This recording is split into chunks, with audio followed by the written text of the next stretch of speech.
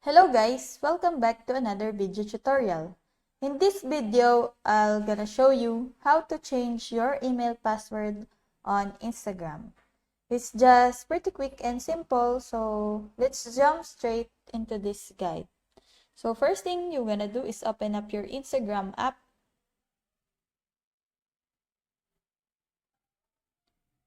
And it will go to work on all different types of devices, and that includes iPhone, Android, and now here we're already inside the Instagram app.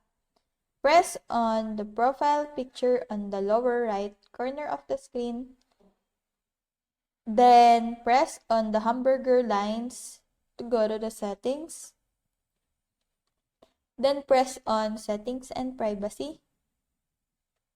Now press on account center and you will be redirected to the Meta account center.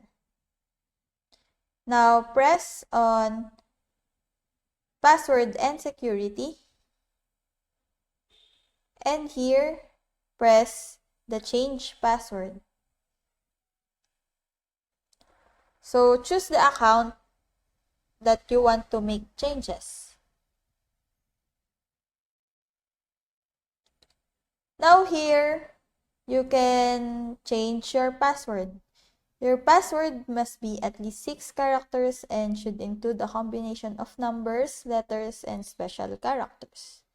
So just put the current password and then put the new password and just retype the new password and just press the change password. So that's it. I hope that you learned something and this video helps. And if you have any questions or comments, kindly put it in the comment section below and make sure to subscribe and like to our channel. Thanks!